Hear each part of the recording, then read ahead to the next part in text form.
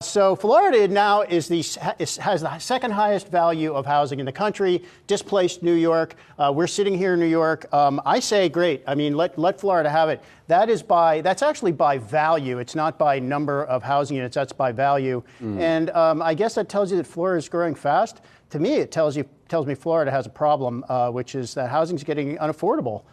Which it is, and I'm fine if people want to move out of New York so that housing becomes more affordable in New York. Fine with me, and I think anybody who's looking for an apartment in New York City would probably agree. Yeah, and it's an interesting inventory story too, right? When you think about Florida and a lot of the natural disasters you've seen down there and what happens to people's houses that are on the coast, and then you want to move around, right? So you have all these people moving from the Northeast, then you also have houses being destroyed, so at some point it just makes sense, simple supply and demand of prices going up. Down there. And there's another crazy phenomenon in Florida, which is insurance companies are leaving the state in droves. They don't want to be down there, and it's not because of hurricanes.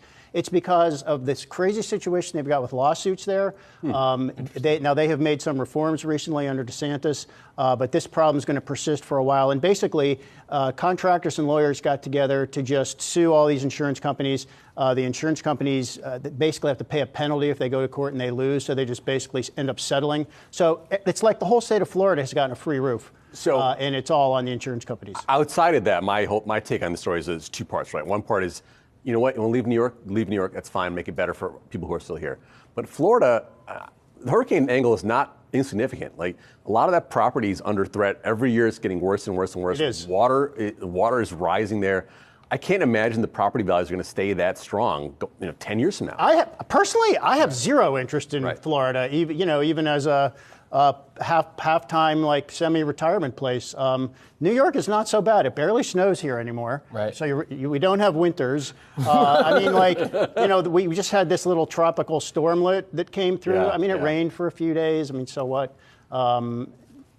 Be interesting to see if you see Arizona on that, like, coming up that list and keep coming up that list too. It seems like that's been a little bit newer of a Florida. It's only 150 degrees. People keep moving there, big though. Deal. People keep going on vacations there. I know they do. They just need more and more New Yorkers to go there and retire.